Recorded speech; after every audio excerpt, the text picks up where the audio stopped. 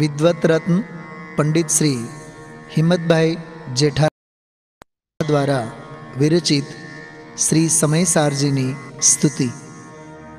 संसारी जीवना भाव मरणो टाळवा करुणा करी सरिता वहावी सुधातणी प्रभुवीर ते संजीवनी शोषाति देखी सरितने करुणा विना हृदये करी मुनिकुंद संजीवनी समय प्रावृत तणे भाजन भरी कुंद कुंद रचो शास्त्र साथिया अमृते पुर्या ग्रंथाधिराज तारामा भावो ब्रह्मांडना भर्या अहो वाणी तारी प्रशम रस भावे नितरती मुमुक्षुने पाते अमृत रस अंजलि भरी भरी अनादिनी मूर्छा विशतणी त्वराथी उतरती विभावेथी थंभी स्वरूप भळी दौड़े परिणति तू छे निश्चय ग्रंथ भांग सगळा व्यवहारना भेदवा तू प्रज्ञाक्षिणी ज्ञानने उदयनी संधि सहो छेदवा साथी साधकनो तो भानो जगनो संदेश महावीरनो विसामो भवक्लांतना हृदयनो तू पंथ मुक्ति तरणो सुणे तने रसनि बंध शिथिल थाय जाने तने हृदय ज्ञानी तणा जनाय तू रुचतां जगतनी रुचियाळ से सो तू रिझता सकल ज्ञायक देव रीझे बनाऊ पत्र कुंदनना रत्नोना अक्षरो लखी तथापि कुंद सूत्रोना अंकाए मूल्यना कदी तथापि कहान वाणीना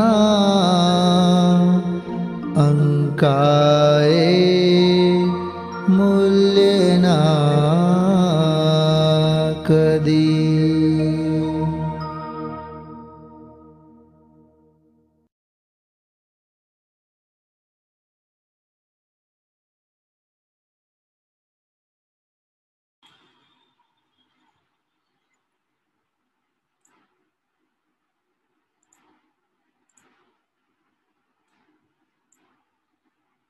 सभी साधर्मी बंधुओं को जय जिनेन्द्र। आइए मंगलाचरण पूर्वक स्वाध्याय प्रारंभ करते हैं।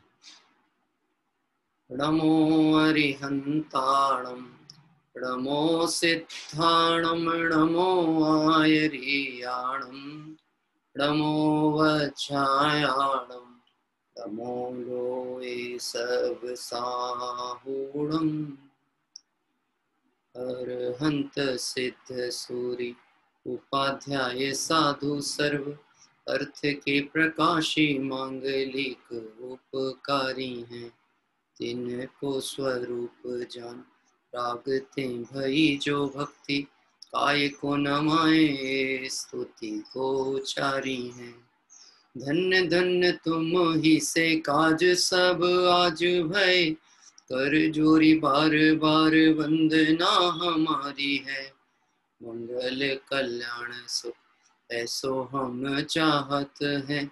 ओ मोरी ऐसी दशा जैसी तुम धारी है। ओ मेरी ऐसी दशा जैसी तुम धारी है। समय सार कलश का मंगलाचरण करेंगे। नमः समय साराये स्वानुभूत्या चकासते चित् स्वभावाय भावाय सर्वभावांतरच्छिदे।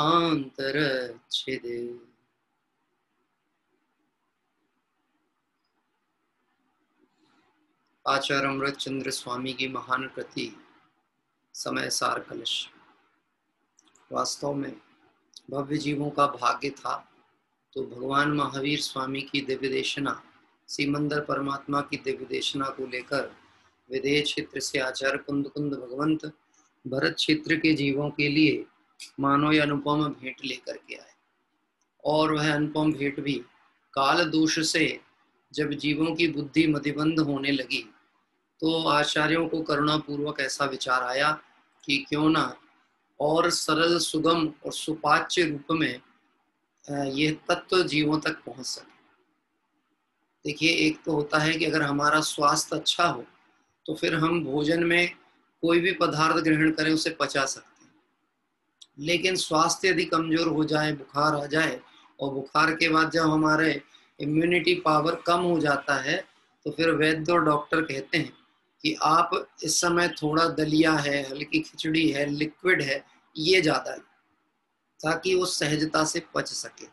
मुझे ऐसा लगता है आचार्य देव भगवंतों की वाणी तो बहुत सरल सहज थी, लेकिन काल दोष से जीवों की बुद्धि इतनी मंद और कषाय संयुक्त अवस्थाएं होने लगी कि उनको वह बात भी कठोर या कठिन लगने के कारण उनकी अरुचि होती थी।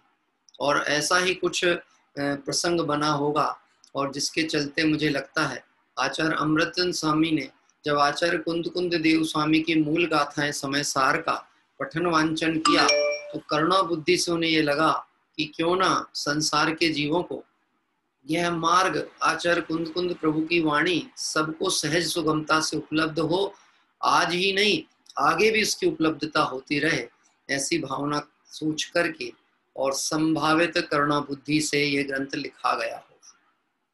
कलशों में भर देने का मतलब है सुरक्षित कर देना। कलशों में रखने का मतलब है उस व्यवस्था को आगामी समय के लिए संरक्षित कर देना, जिससे योग्य जीव पात्र जीव उसका उपयोग कर सके। यदि आज हम इन ग्रंथों का, इन कलशों का अध्ययन कर रहे हैं तो निश्चित ही समझ लेना कि अमृतचंद स्वामी ने अमृत रूपी कलश ये हमारे लिए भर कर रखे थे और आज हम इसके अधिकारी बन के इसका उपयोग करें तो निश्चित ही हमें इसका जो मूल भाव है और मूल लाभ है वो प्राप्त होगा। आइए 22 नंबर का कलश है, जिनवाणी आपके समक्ष होगी तो आप और हम सब उसमें से देख करके कलश का पठन करेंगे। हाथ जोड़कर विनय पूर्वक भावलिंगी दिगंबर संतों की जो शब्द ब्रह्म जिनवाणी है, ये शब्द ब्रह्म है जिसका हम पाठ कर रहे हैं, तो शब्द ब्रह्म का पाठ करने विनय पूर्वक हाथ जोड़कर करें। त्यजतु जगदानीम मोह माजन्मीलीणम् रसयतु रसिकानां रोचनं ज्ञानमुद्धत एह कथमपि नात्मानात्मना साकमेका किल कलयति काले क्वापि तादात्मवृत्तिम्। अमरचंद्र स्वामी इस कलश के माध्यम से बात कहते हैं, हे जगत जन, हे जीव राशि, हे संसार जीव राशि, मिथ्यात्व परिणाम को सर्वथा छोड़ो। क्या कह रहे हैं? मिथ्यात्व परिणाम को सर्वथा छोड़ो। प्रश्न करते हैं छोड़ने का अवसर कौन सा है? जिस मिथ्यात्व परिणाम को छोड़ने की बारंबार प्रेरणा आचार्य भगवंतों के द्वारा दी जा रही है वह है क्या? पुराने घरों में आपने देखा होगा, ऐसा हो जाता था कि मकान के ऊपर दीवालों पे बरगद आदि के पेड़ उग जाते थे। बड़ का पेड़ है, पीपल का पेड़ है, उग जाते थे, दीवालों पे उग जाते थे, जबकि वहां कोई स्रोत नहीं है जल का, कोई वहां पे उपजाऊता की व्यवस्था नहीं की गई है, कोई वहां खाद यूरिया कुछ नहीं डाल रहा है, लेकिन वो सहज बढ़ रहे हैं और वो बढ़ते बढ़ते इतना रूप धारण कर लेते हैं कि वह पूरे घर की दीवार को गिरा दे, पूरे घर को नष्ट भी कर सकते हैं, इतना विस्तारता उनकी हो सकती है। तो जब वह घर जब प्रारंभिक अवस्था में हो, उसकी जड़ें ना फैली हो, यदि उसको उस समय वहां से हटा दिया जाए, परंतु हटाया कैसे जाए? परिपूर्णता से हटाया जाए।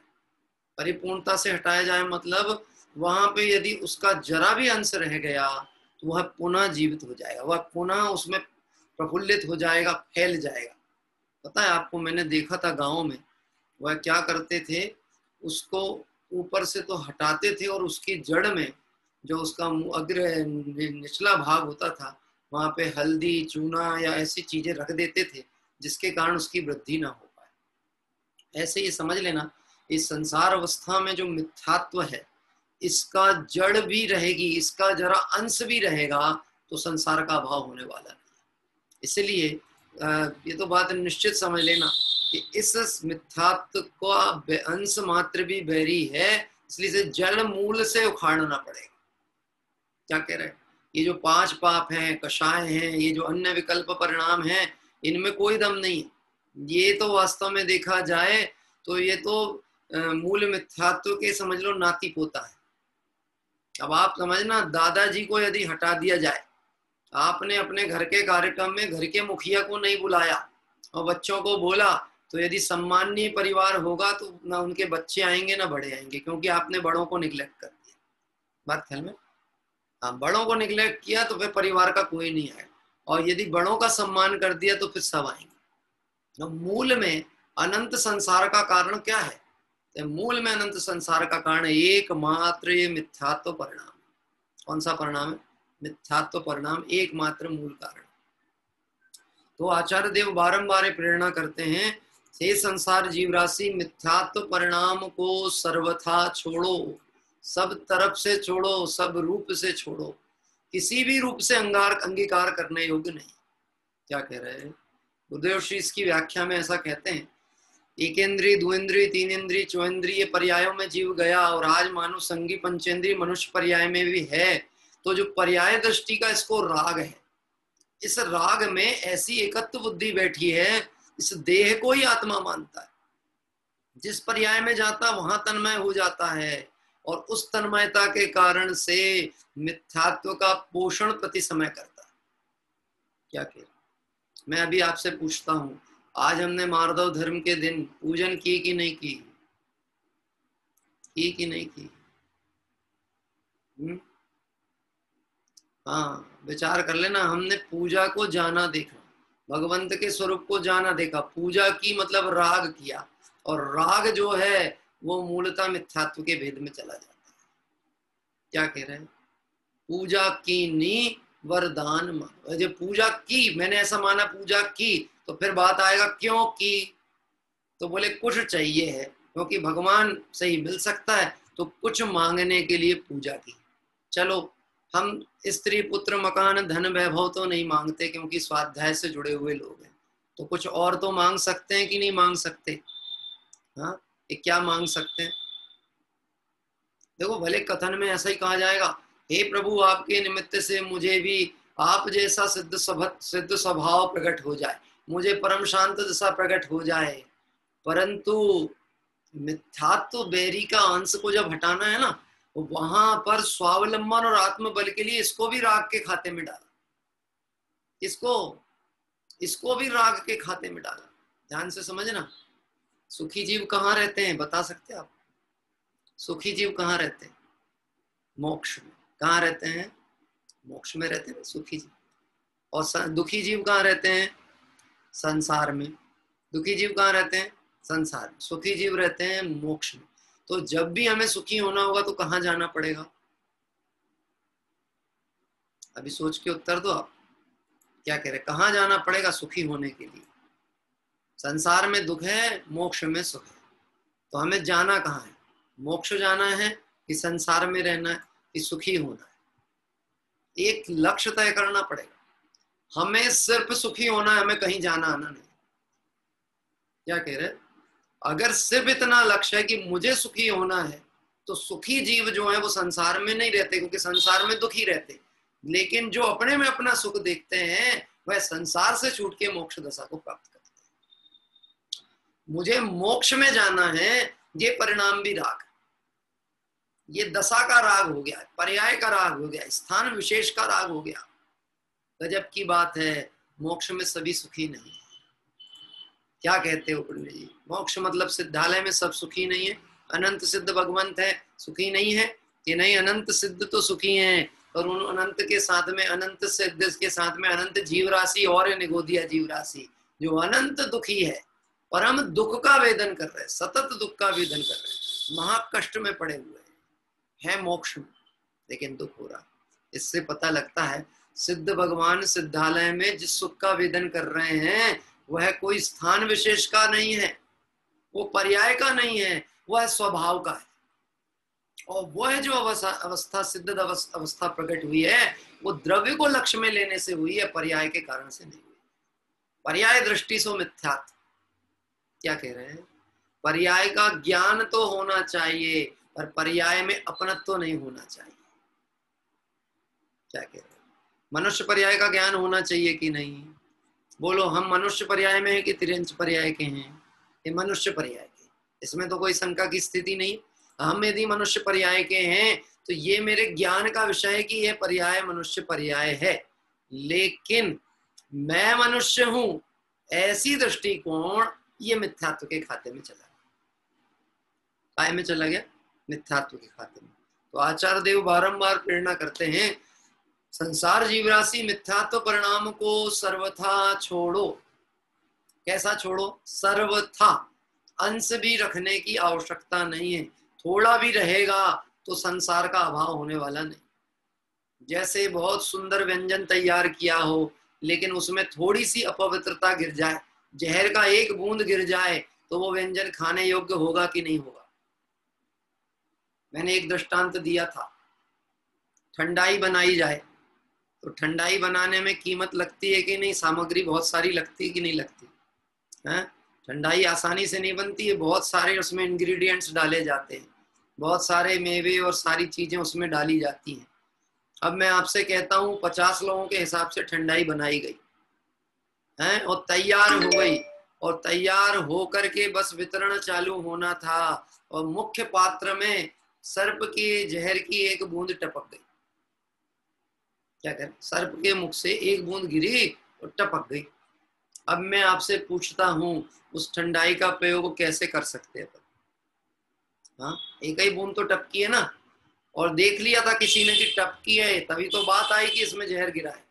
जहर गिरते किसी ने देख लिया था तो वो पूछा था कहाँ गिरा, कहाँ गिरा, कहाँ गिरा? तो वो बोले इधर गिरा था। यानी इतना बड़ा मुंह है उस बर्तन का, तो उसने बोला इधर गिरा था। अब मैं आपसे पूछता हूँ, बनियागिरी क्या कहेगी आपको? हाँ? बनियागिरी क्या कहेगी आप? कि एक काम करो, जहां गिरा था वहां से करछड़ी डाल के उतना अलग कर दो, बस खत्म काम, बाकी तो सब सुरक्षित है कि नहीं है? है कि नहीं सुरक्षित? बताओ भाई। मुक्षुमंडल सैलू के परिवार के कुछ लोग दिखते हैं मुझे, पूछता हूँ सुरक्षित है कि नहीं है? उतना निकाल दो और बाकी का रसास्वादन कर लो। कर सकते कि नहीं कर सकते? क्यों नहीं कर सकते? उस विष की एक बूंद जहर भी खतरनाक है प्राणांत करने के लिए। विष का स्वरूप जानने के बाद उसका अंश रखने तैयार नहीं। जिस मिथ्यात्व ने अनादि काल से संसार परिभ्रमण कराया, आचार्य देव कहते हैं इसको सर्वथा छोड़ो। क्या कह रहे हैं? इसको सर्वथा छोड़ो। बात ख्याल पड़ती है? सर्वथा मतलब किसी रूप में आदर करने योग्य, किसी रूप में रहे हो करने। अरे ग्रहित मिथ्यात्व की तो चर्चा ही नहीं की, क्योंकि ये तत्व की लब्धि, तत्व प्राप्त करने के योग्य मंद कषाय तो जिसके ग्रहित मिथ्यात्व उसको हो ही ना, तो कुगुरु को देव के चक्कर में पड़ा रहे।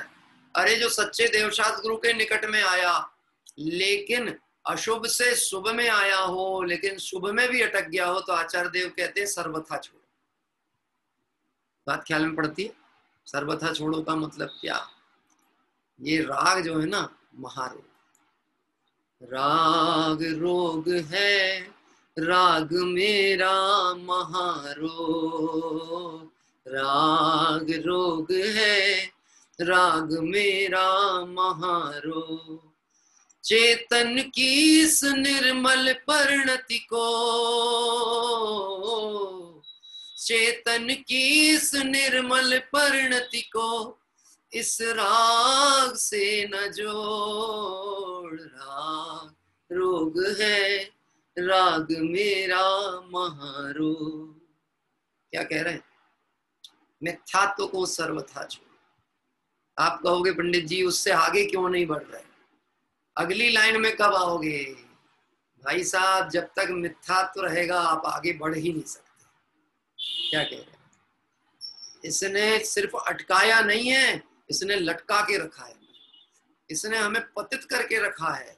इस मिथ्या मान्यता के कारण से जीव निगोद में अनंत काल दुख भोगता है।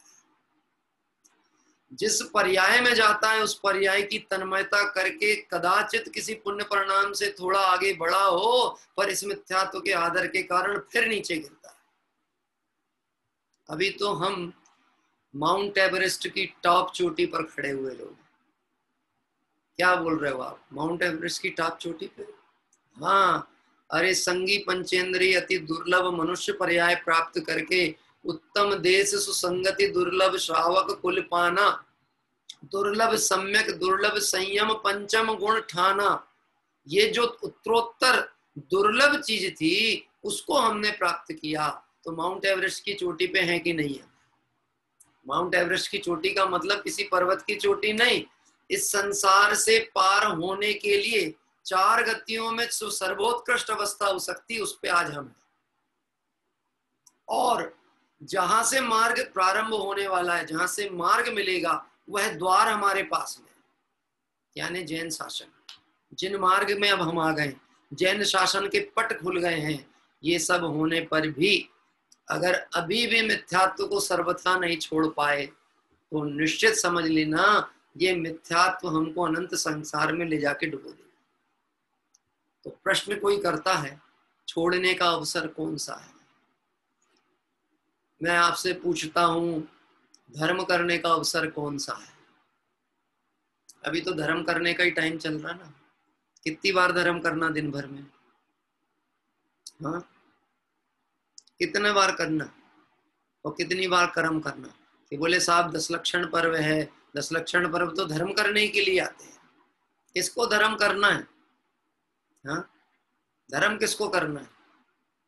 जो धर्ममय है उसको धर्म करना है, कि जो धर्ममय था उसको आज तक देखा नहीं, उसे देखना, इसी का नाम धर्म। उसे देखा नहीं, इसका नाम धर्म है। हमें लगता है अभी धर्म करना है। हाँ, इसीलिए बहुत बार छोड़ने का अवसर कौन सा, छोड़ने का अवसर कौन सा? क्या कह रहे हैं? आपको मैं कहूं कि गवर्नमेंट की तरफ से प्रधानमंत्री प्रसन्न होकर के 1 करोड़ रुपए का चेक देने की घोषणा कर दे। 1 करोड़ कम भी हो सकता है, क्योंकि आजकल इतना तो लोगों के पास में हो पाएगा, कोई बहुत आश्चर्य की बात नहीं। इतना तो पुण्य वर्तमान में बहुत लोगों का दिखने लगा।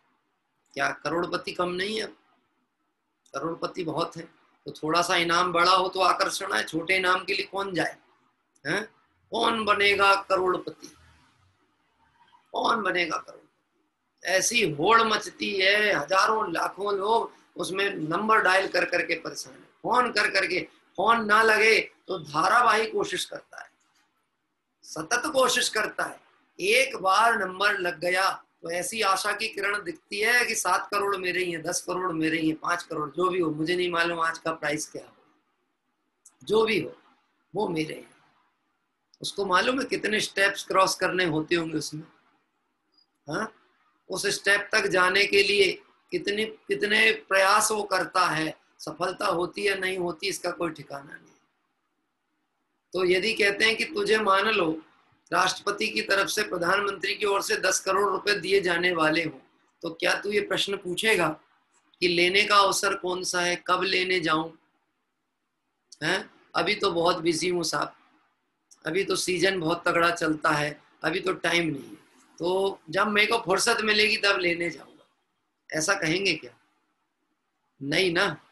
अरे दुकान बंद करना पड़े, घर छोड़ के भागना पड़े तो दौड़ लगा देगा।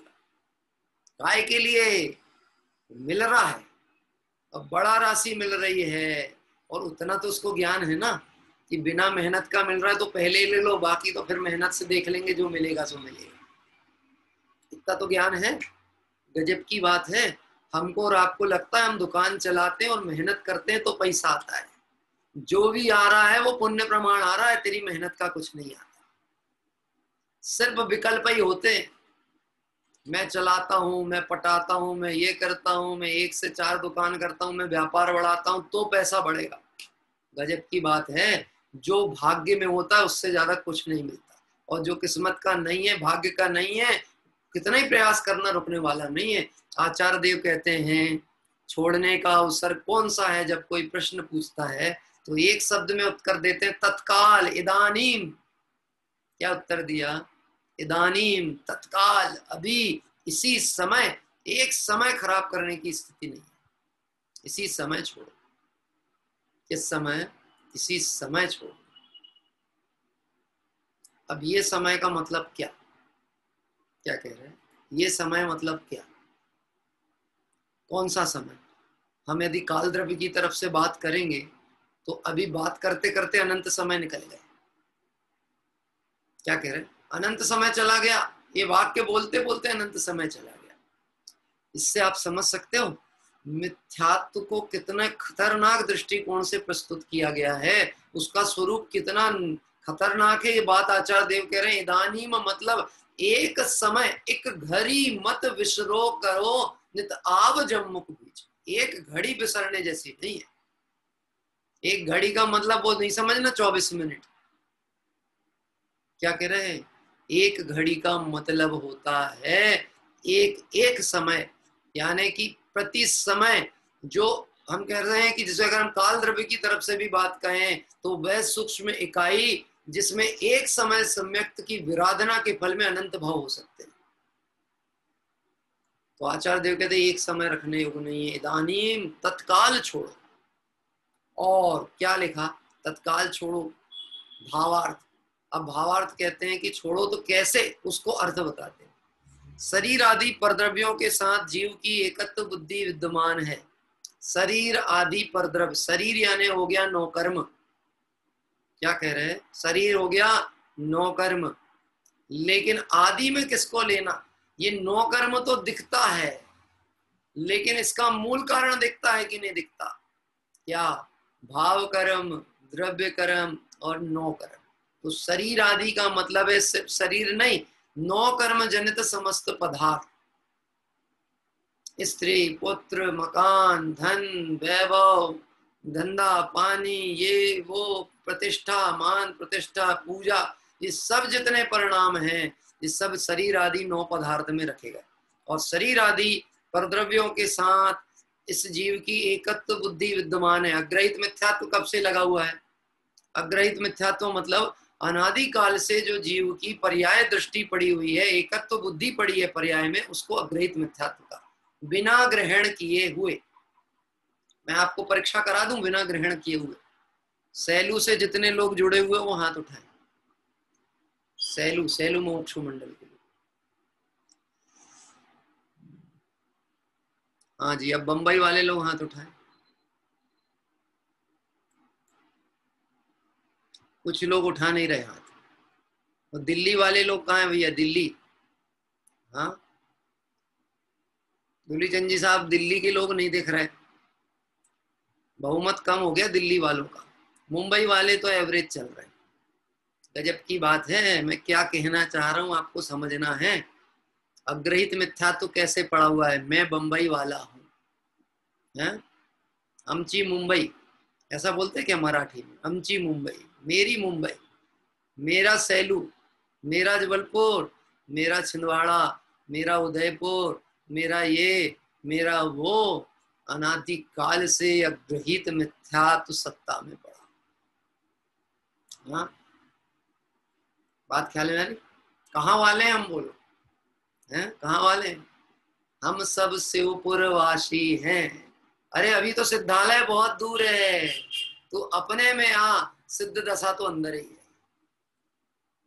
बात क्या नहीं, एक क्षण भी कहा ना आदर करने योग्य नहीं, तो क्या कह रहे? शरीर आदि परद्रव्यों के साथ जीव की एकत्व बुद्धि कैसी विद्यमान है कि हर कार्य के प्रति उसको ये लगता है ये मेरा, ये मेरा, ये मेरा, ये मेरा। एक बार नजर फिराओ आपके आसपास में क्या क्या दिख रहा है जो आपका है। अरे मुझे नहीं देखो, प्रैक्टिकल करो, देखो आजू बाजू देखो, बैठे हो क्या किसी के साथ में, एक बार उसकी तरफ चेहरा करके देखो ये आपके हैं कि नहीं। अरे शर्माते क्यों हो, संकोच क्यों करते हो? देखो एक बार, भेद ज्ञान करने के लिए ध्यान से देखो। मैं आपको तरीका बता दूं क्या क्या आपका नहीं है।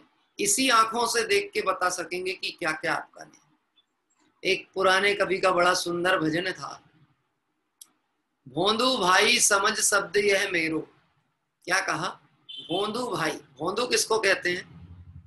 भोंदू किसको कहते हैं? जो हो तो अकल वाला लेकिन अकल का प्रयोग ना करे। गधे को गधा नहीं कहा जाता, जिसके ज्ञान हो पर काम गलत करे उसको गधा कहा जाता। गधे कहीं के हैं, ऐसा कहा जाता है, गधे हो तुम पूरे गधे। अपने बच्चे को डांट देते हैं कभी गलत काम करे, गधे जैसे काम कर रहा बैठ कर। तो क्या अपना लड़का गधा हुआ? और अगर अपना लड़के को गधा कह दिया तो अपन कौन हो गए? गधे के बाप नहीं बन गए क्या उसको गधा मान लिया तो? यानी इसका मतलब निश्चित समझ लेना, उसको गधा कहने पर भी उसे गधा नहीं कह रहे हैं, हम उसको बोध करा रहे, ज्ञान करा रहे कि तू ऐसा काम नहीं कर, बोझा ढोने का काम नहीं कर, प्रताड़ना हो ऐसा काम नहीं कर, योग्यता प्रकट कर।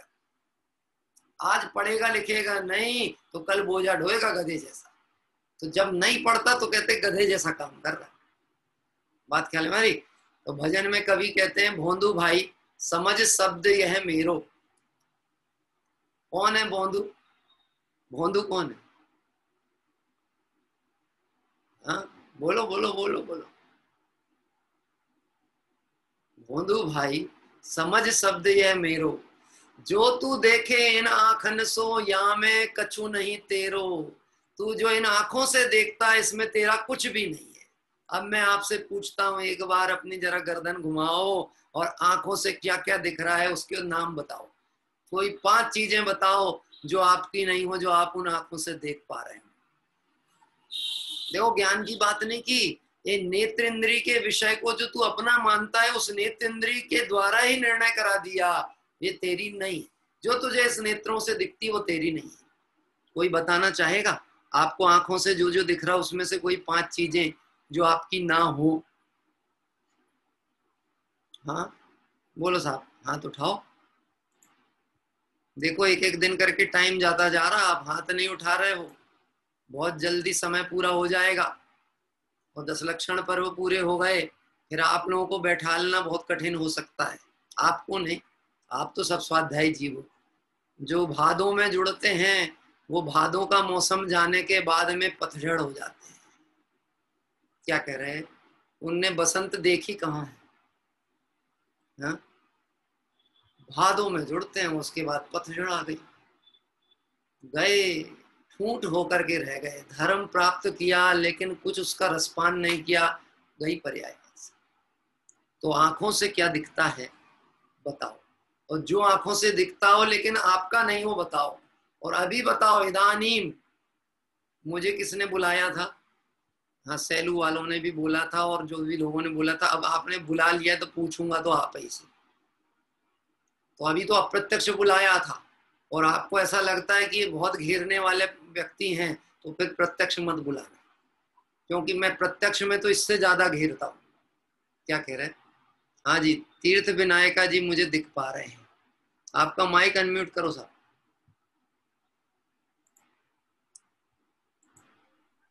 हाँ, माइक अनम्यूट करिए। तीर्थ विनायका नाम से थी आपकी आईडी, कोई बात नहीं। नीलेश जी हैं अपना, आपका माइक अनम्यूट करिए। आप कुछ बोलिए, आपकी आवाज नहीं आई अभी। नहीं आ पा रही है आपकी आवाज, कोई बात नहीं। अभी थोड़ा सा आज योग संयोग आपसे चर्चा का नहीं है, लेकिन निश्चित ही और किसी से हम पूछ के रहेंगे। हाँ, हाथ उठाइए जो उत्तर देना चाहता है। जयंती लाल जी देंगे, लेकिन जयंती लाल जी आपके आसपास कोई ज्यादा लोग दिख नहीं रहे, इसलिए मैं आपसे नहीं पूछ रहा, क्योंकि मुझे आसपास वालों से भी भेद ज्ञान कराना है। क्या कह रहे हैं? जिसके साथ 2-4 लोग बैठे हो, मैं सोचता हूँ वहां से भेद ज्ञान की प्रक्रिया चालू है। रेखा जी, रेखा जी, 2-3 रेखा जी हैं, तो सब सावधान हो गए जिसका। ये देखिए आपको अनम्यूट मैसेज पहुंच रहा है। हाँ, करिए आपका माइक, बोलिए। 1 मिनट 1 मिनट 1 मिनट। हाँ बोलिए साहब। आंखों से जो आपको दिख रहा है उसमें से कोई 5 चीजें ऐसी बताइए जो आपकी ना हो, जो आपको अपनी आंखों से दिख रही हो। नहीं नहीं, ये बहुत सारी वाला उत्तर नहीं चाहिए, तो 5 गिना दो ना, बहुत सारी में कोई 5, एनी 5, कोई भी 5। हाँ, आपके माइक की आवाज नहीं आ पा रही, मैं ही उत्तर दे देता हूँ। चलिए, क्लियर आवाज आए तो सबको आनंद आएगा। मालूम है क्या बात है, कोई 5 चीज बतानी है। भरत भाई बता दो, चलो बम्बई से, बम्बई वाले। हाँ बताइए। दुकान, मकान, बेटा, माता पिता। दुकान, मकान, बेटा, माता, पिता, भाई। भाई। बहुत अच्छा, अच्छा गिनाया। जो आंखों से दिख रहा है, ये अपनी आंख से अपना हाथ दिखता है क्या? अपनी आंख से अपना हाथ दिखता है क्या? अरे अपनी आंख, आपकी आंख से आपको अपना हाथ दिख रहा है कि नहीं दिख रहा? देखो ना, दिखता है कि नहीं दिखता है। किसका हाथ है? किसका हाथ है? हाँ, किसका हाथ है? आपका हाथ है। ये सब है पुद्गल के खेल, इनते नाही हमारो मेल। ये तो शरीर है। आंख से दिख रहा ना आपको अपना शरीर, ये आपका नहीं है।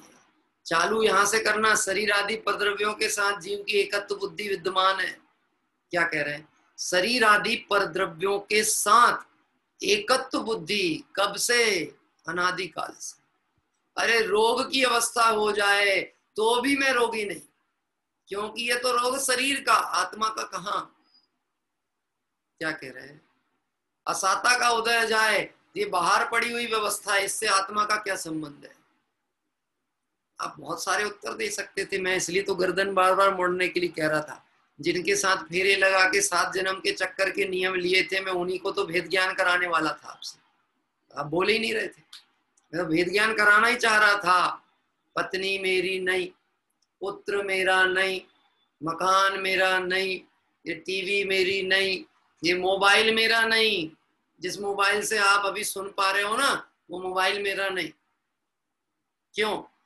जो मेरा हो वो मेरे साथ सदैव होना चाहिए। जो संयोग में मिला हो और छूट जाए वो मेरा कैसे हो सकता है? आत्मा स्वभाव से अपने ज्ञान दर्शन गुण से अनादि संयुक्त रूप में है, और जो पर्याय हैं वो प्राप्त होती हैं और छूट जाती हैं। जो पर्याय दृष्टि है वही मिथ्यात्व है। आचार्य देव कहते हैं शरीर आदि परद्रव्यों के साथ जीव की एकत्व बुद्धि विद्यमान है, वह सूक्ष्म काल मात्र भी आदर करने योग्य। सूक्ष्म काल मात्र, एक समय भी आदर करने योग्य नहीं। और कब से कर रहा है आदर?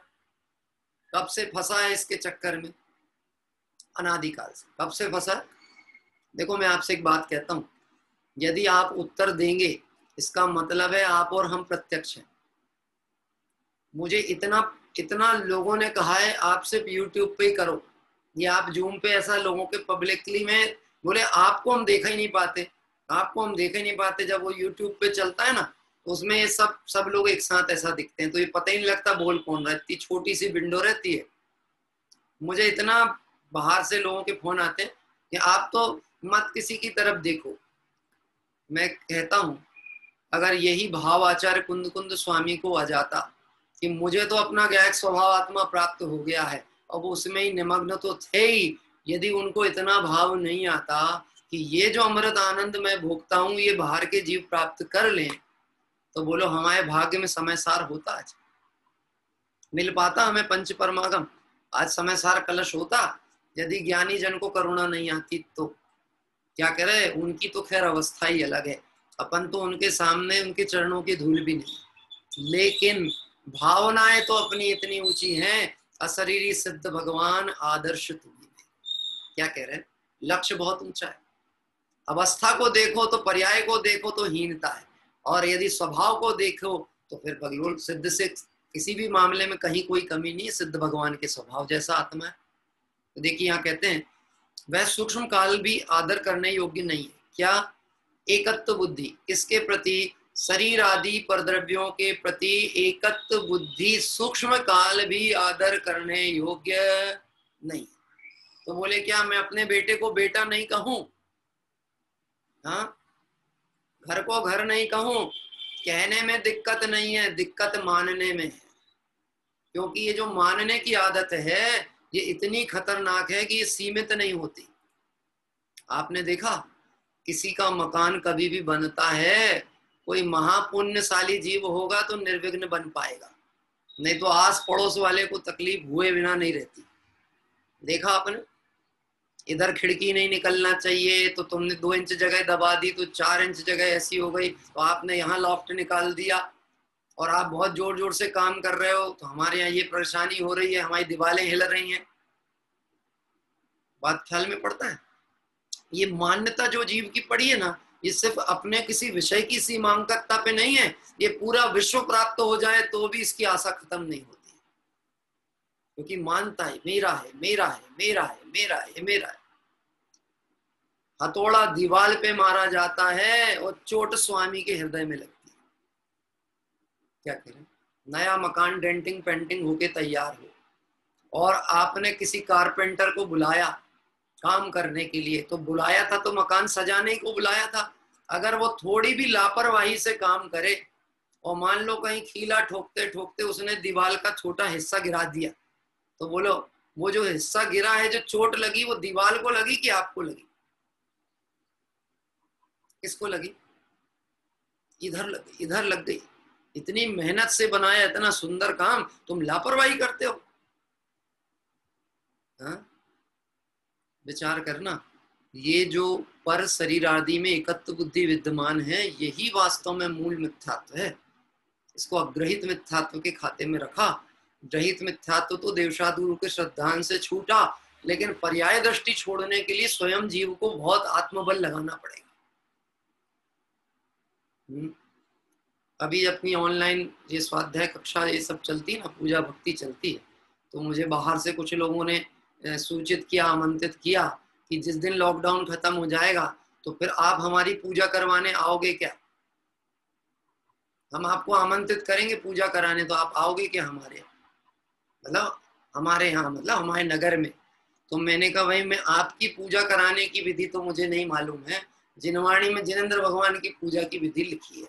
आप बोलो कि हमारे भगवान की पूजा कराने आना तो आ सकता हूँ, आपकी पूजा तो आपके कर्म खुद ही कर रहे हैं, हम क्या करें आपकी पूजा? क्या कह रहे हैं?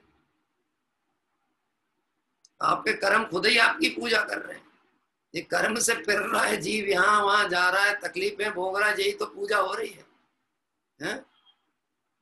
पूजा हो रही का मतलब है कि तू कर्म में फंसा पड़ा हुआ है। यद्यपि ये तो मैंने सापेक्ष कथन कहा, किसी अपेक्षा को समझाने सावधान करने के लिए कहा। मैं जानता हूं उनका जो कथन है व्यवहार का कथन। हमारी पूजा का मतलब हमारी पूजा नहीं होता, हमारी पूजा का मतलब भगवंतों की ही पूजा। लेकिन ये यदि ज्ञान में निर्णय नहीं आए तो यहीं से कषाय भी पनपना चालू हो जाए। क्या कह रहे हैं? मेरा मंदिर, तेरा मंदिर, मेरे भगवान, तेरे भगवान। हमारे पिताजी ने स्थापित किया था तो पहला प्रक्षाल हम करेंगे, बाद में दूसरे का नंबर आएगा। गजब की बात है, धर्मशाला में 1 लाख रुपए दे के शिलापट पे लिखा लिया, इस मकान का निर्माण, इस कमरे का निर्माण अमुक अमुक ने किया था। अब समझ लेना, ऐसा लगता पूरी धर्मशाला ही मेरी। अपन कभी जाएं और कोई दूसरा ठहरा हो तो वो मैनेजर और प्रबंधक के प्राण खा जाए, दूसरे को कैसे दे दिया, ये तो हमारा कमरा था ना, हा? हमने दान दिया था ना, हमने बनवाया था ना। ऐसी एकत्व बुद्धि इस जीव की अनादि से विद्यमान है। आचार्य देव कहते हैं सूक्ष्म काल भी आदर करने योग्य नहीं। कैसा है मोह? ये मोह कैसा है? आजन्म लीणम, अनादि काल से लगा हुआ है। कब से लगा हुआ है? अनादि काल से। दौलत राम जी ने इसको ऐसा लिखा, मोह महामद पियो अनादि, भूल आपको भर मतवादी। मैं पूछता हूं, शराबी शराब पीता है तो नशा आता है कि नशा आता है तो शराब पीता है? हाँ? प्रश्न समझ में आता है? शराब पीता है तो नशा आता है कि नशा आता है तो शराब पीता है? अच्छा नशाड़ी कौन होगा? अच्छा नशेलची कौन होगा जो धारा ही ना तोड़े? क्या कह रहे? सुबह पिए, शाम को पिए, जब मौका मिले तब पिए, नशा ही नहीं उतरने देता। ऐसा गजब का नशेड़ी है। क्या कह रहे हैं? घर में भी नशा, मंदिर में भी नशा, तीर्थों पे भी नशा, जहां जा रहा वहीं नशा। किस चीज का नशा? मैं करता हूं, मैं करता हूं, मैं करता हूं, मैं करता हूं, मैंने किया। नशा नहीं है तो और क्या है? मोह महामद पियो अनादि, भूल आपको भरमत। अपने को देखा नहीं, ज्ञाता दृष्टा स्वभाव देखा नहीं, कर्ता बुद्धि का मोह इसके ऊपर नाचता।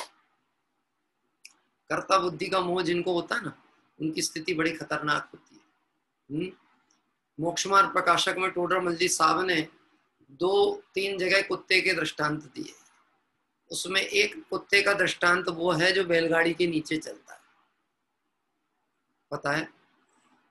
हूं करूं एज अज्ञानता सकटनो भार जैन स्वान ताने छे। ये गुजराती भाई के हिसाब से कही बात। हूं करूं, मैं करता हूं, एज अज्ञानता, ये अज्ञानता, सकटनो भार, सकट यानी बैलगाड़ी का भार, जैन स्वान ताने छे, जैसे कुत्ता खींचता है। बैलगाड़ी चलती स्वयं है, कुत्ता बैलगाड़ी के नीचे चलता है। बैलगाड़ी दिशा बदलती है तो कुत्ता भी बदल जाता है, लेकिन मानता ऐसा है मैं बैलगाड़ी को चला रहा हूं। मैं आपसे पूछता हूं, कुत्ते की जो ये सोच है आपको सही लगती है कि गलत लगती है? कुत्ते की ये मान्यता जो है ना, मैं बैलगाड़ी को चला रहा हूं, ये सही है कि गलत है? गलत है ना, सही तो नहीं है ना। ठीक है, मकान आपने बनाया कि बना बनाया लिया था? मकान आपका जो मकान है बनाया था कि बना बनाया लिया था? अरे कुछ भी दिक्कत नहीं, बना बनाया लिया हो तो भी आप ही का मकान है और बनाया होगा तो भी आपका मकान है। मैंने मकान बनाया, अच्छा बन गया तो मैंने बनाया, बिगड़ गया, ये आर्किटेक्ट सही नहीं था, इंजीनियर ने गड़बड़ किया, है तो मेरे ही मकान, बिगड़ पर गया। बन गया तो मेरा, बिगड़ गया तो भी मेरा, इसका कर्ता कौन? मैं। तो बैलगाड़ी के नीचे चलने वाला वो जीवराज तो दिख जाता है, परंतु अपन दिखते कि नहीं। अब मैं वो नाम प्रयोग इसलिए नहीं कर सकता क्योंकि किसी को कहो तो बुरा लग जाता है, पर दृष्टांत है, दृष्टांत है तो दृष्टांत को तो दृष्टांत की दृष्टि से ही बोलना पड़ेगा ना। हाँ, मालूम है कुत्ते को कुत्ता शब्द बुरा क्यों कहा जाता है? यद्यपि कुत्ते में गुण बहुत होते हैं, हो सकता है वफादारी के मामले में वो इंसान से बहुत बेहतर है। क्या कह रहे हैं? लेकिन कुत्ते की एक ही कमी होती है जिसके कारण कुत्ता शब्द गाली के रूप में प्रयोग किया जाता है। बता सकते हैं क्या? इसको अपनी जाति वाले पसंद नहीं है।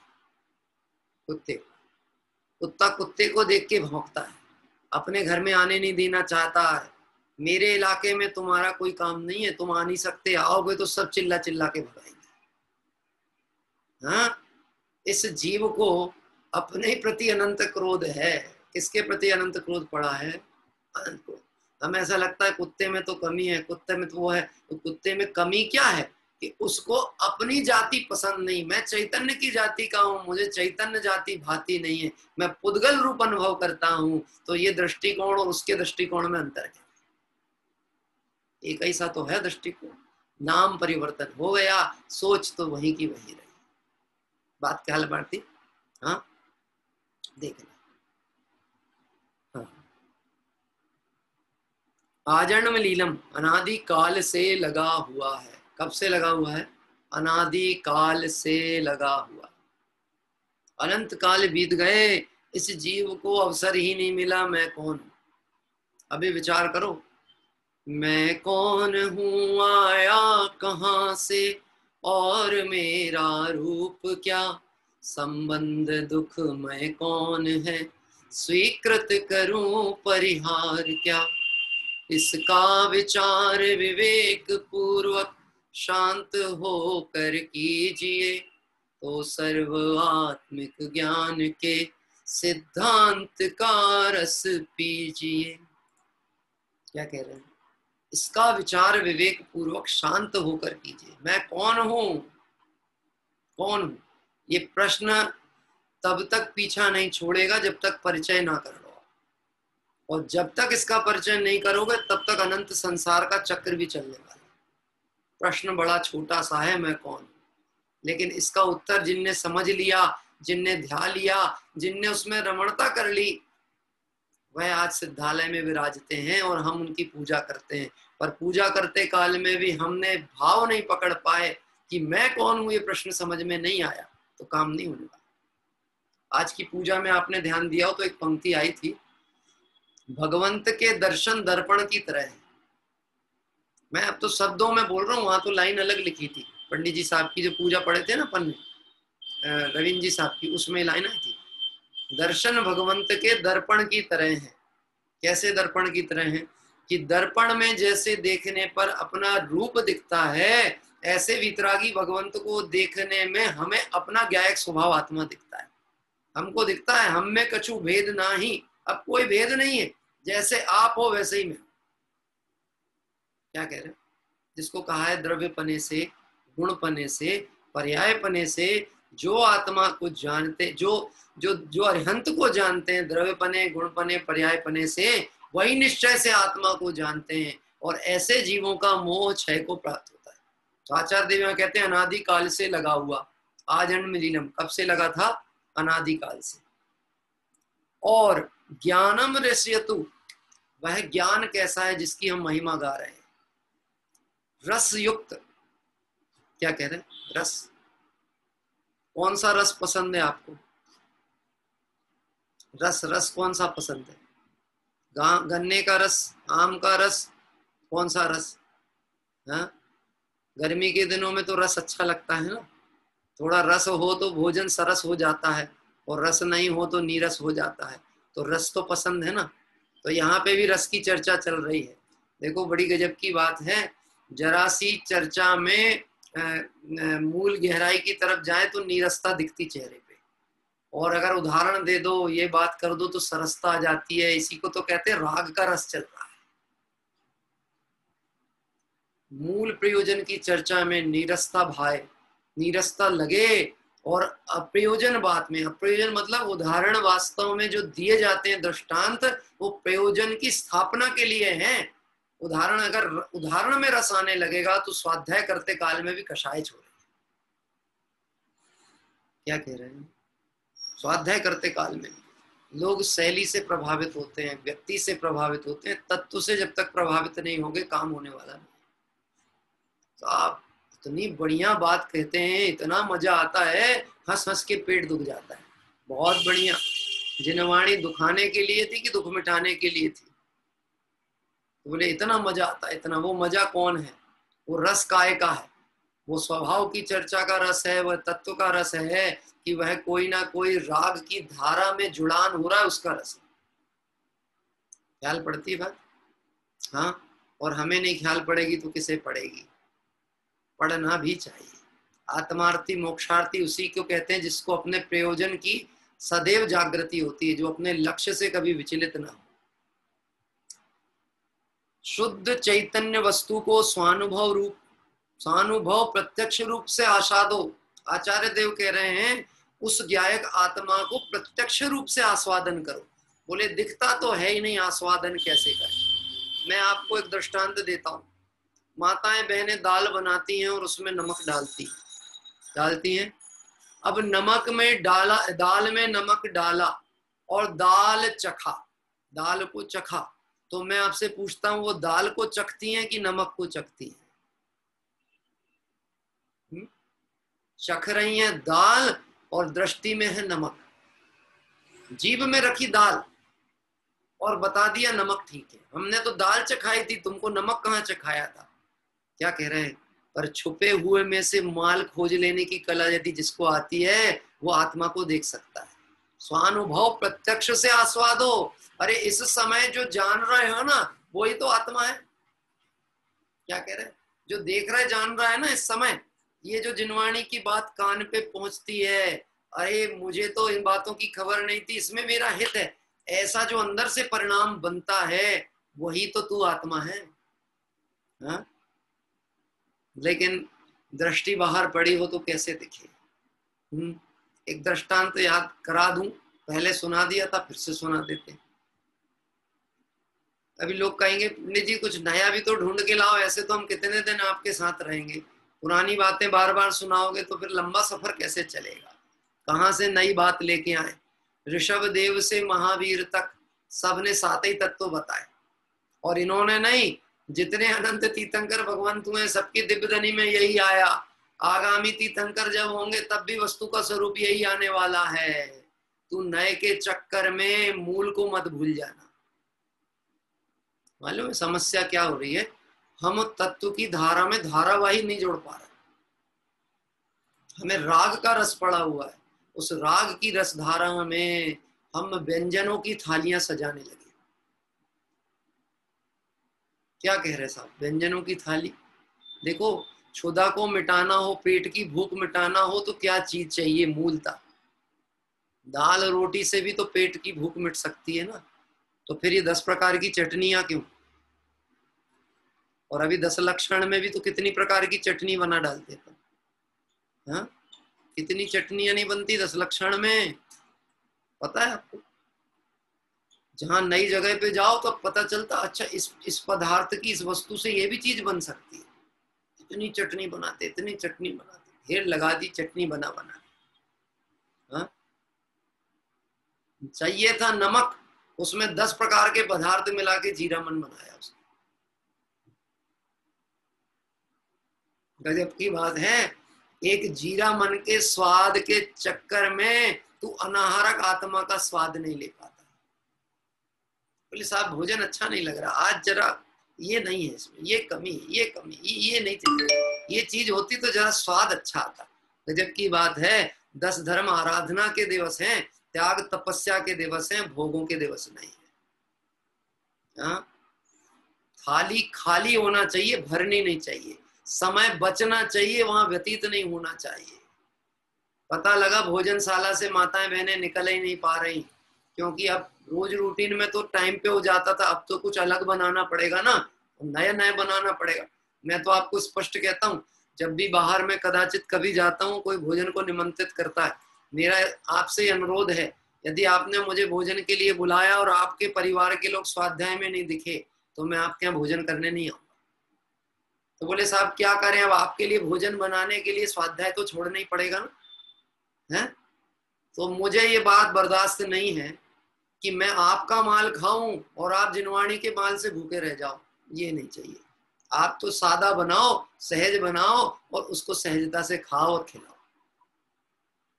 क्या कह रहे हैं दिगंबर मुनिराज? क्या करते हैं? आप बनाते आप ही खाते, खात नहीं अघात हैं, स्यादवादी सप्तभंगी स्वाद बहु विख्यात है। आप ही बनाते हैं, आप खाते हैं। मैं एक दिन सुनाऊंगा आपको 10 लक्षण पर्व के बाद में भगवान महावीर स्वामी का विवाह। क्या कह रहे हैं? एक भगवान महावीर स्वामी का विवाह सुनाऊंगा। बोले साहब उनकी तो शादी हुई नहीं थी, पूरी पंगत है उसके अंदर, बाराती कौन थे, क्या था, कैसा था, भोजन क्या बना था, बनाने वाले कौन थे, कौन खा रहा था, कौन आया था नाचने के लिए और कौन गुस्सा होके भग गया था, वो सब लिखा है। क्योंकि शादी विवाह में ये कॉमन चीजें होती है, हर आदमी को खुश नहीं किया जा सकता। तो जो गुस्सा होके भगता है वो भगता है तो भगे, उसके कारण शादी रुक जाएगी क्या? हाँ, तो मैं बताऊंगा कभी, जब और भूल जाऊं तो आप याद दिला देना, लेकिन बाद में बताऊंगा, अभी नहीं बताऊंगा, क्योंकि अभी तो आराधना के पर्व चल रहे हैं, तो अभी तो हम 10 धर्मों की चर्चा करें। तो देखना, शुद्ध चैतन्य वस्तु का स्वानुभव रूप से, स्वानुभव प्रत्यक्ष रूप से आस्वादन करो। क्या कह रहे हैं? स्वानुभव प्रत्यक्ष। अरे अभी ज्ञान में आता है कि नहीं, ख्याल में आता है कि छुपा हुआ रहस्य यदि देखने की कला आपके पास है तो उसको आत्मा पे लगा दो, लेकिन उपयोग को बाहर लगाता है, अपने पे लगाता नहीं। क्या कह रहे हैं?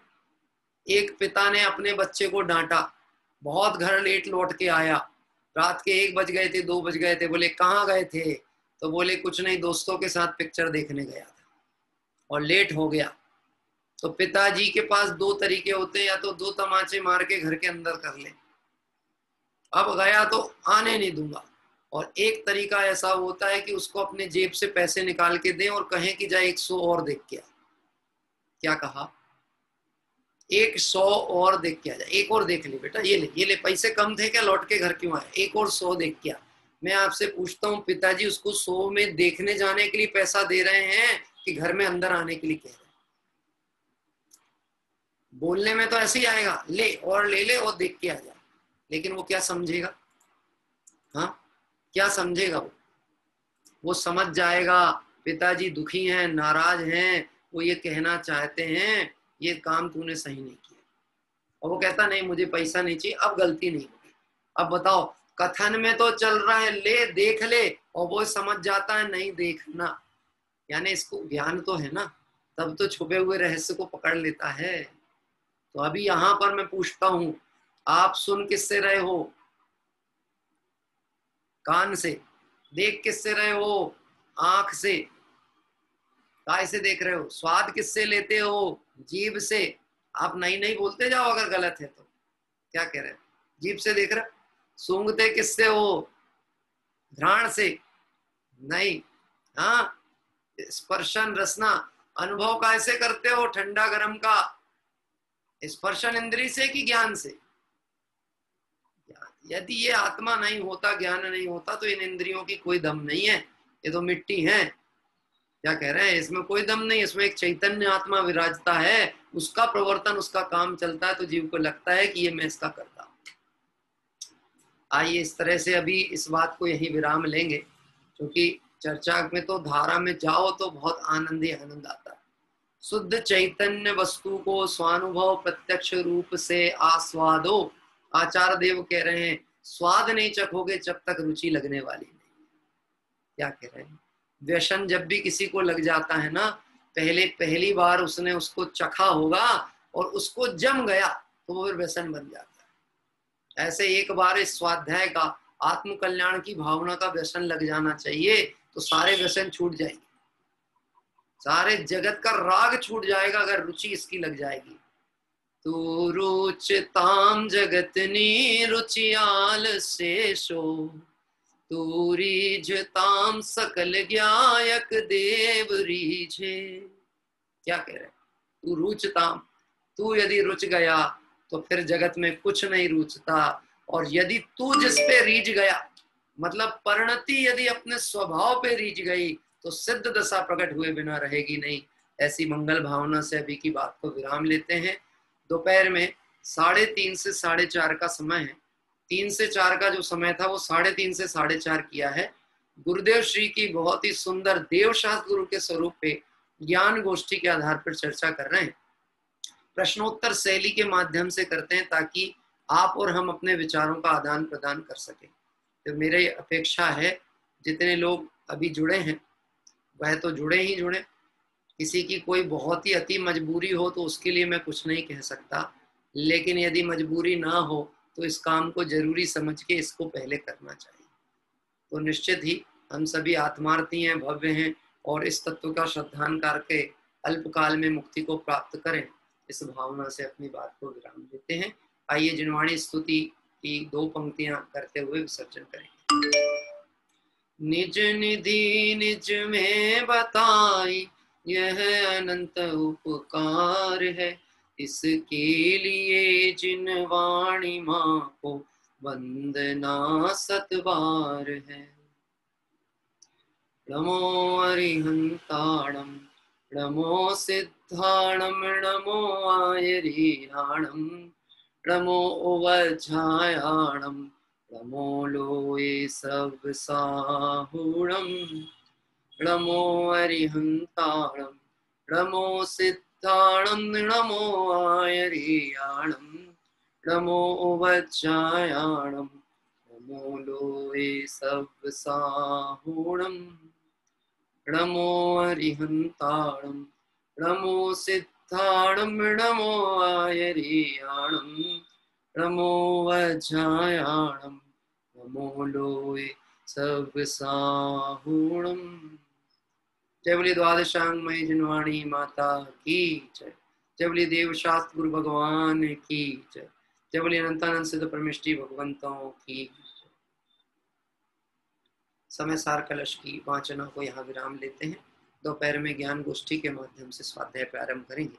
तब तक सभी साधर्मी अपनी आराधना बनाए रखें, तत्वाभ्यास की भावना को बलवत करें और सर्व विकारों से रहे शुद्धात्म तत्व का अनुभव करें। इस भावना से सभी को जय जय।